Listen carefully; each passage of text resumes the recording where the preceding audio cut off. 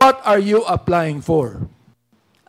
Nag-apply po kami for renewal po ng license po. Ng ano? Pagcor po. Ng ano nga? Pagcor po. Hindi, ng ano? License to operate po. For what? Anong i-operate? Yung tag po dito, yung... Pogo. Come on, tell me. Pogo. Operation ng Pogo. Tell us here.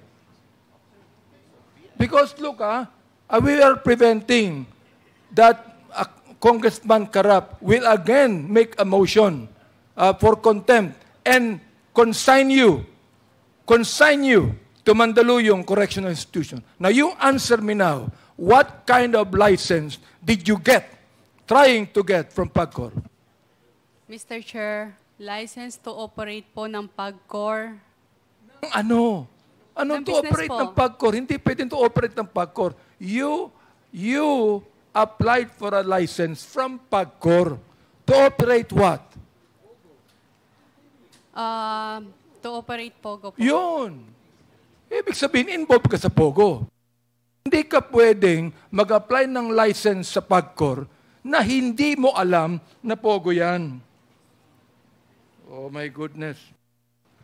Oh, nagpunta ka sa PAGCOR. Sinama mo pa si Atty. Harry Roque. Si Atty. Harry Roque naman, sapagkat alam mo may influence sa PAGCOR yan, nagpasama ka sa kanya at nagbayad ka pa ng dollar sa PAGCOR. According to Chairman Altenco. Am I right? Back charges. Nagbayad ka. Am I right? Yes po, Mr. Chair. Ano yung binayaran mo? Utang po. Utang ng ano? Utang mo? O No. utang ng po ano? ng Lucky South sa Therefore, PAGCOR po. kung hindi ka kasama sa Lucky South, bakit ikaw ang nagbabayad ng utang ng Lucky South sa PAGCOR, Mr. Chair?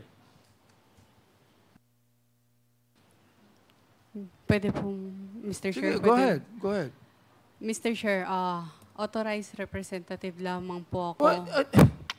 Whatever it is, authorized representative ka, utusan ka, pero ikaw ay inutusan ng Lucky South, magbayad ka sa PAGCOR ng back charges sapagkat ikaw mismo ang nag-apply sa PAGCOR ng Pogo. Yes or no? Hindi po, Mr. Chair, hindi po ako mismo yung nag-apply sa Pogo. Renewal lang nung pumunta Hindi po ba kami. kasama ka ni Atty. Jairo sa Yes PAGCOR? po, for renewal po. Ibig sabihin, ikaw ang nag-renew o nag-apply, whatever it is. Basta napunta ka sa PAGCOR. Am I right? Yes po. Ikaw ang nagbayad. Am I right? Yes po, Mr. Chair. At ang binayaran mo sa PAGCOR, ukol yun sa Pogo. Am I right? Yes or no? Huwag kang mag-isinungaling dito. Yes po, Mr. Kahit Chair. genius kasi ka, hindi mo kayang paikutin.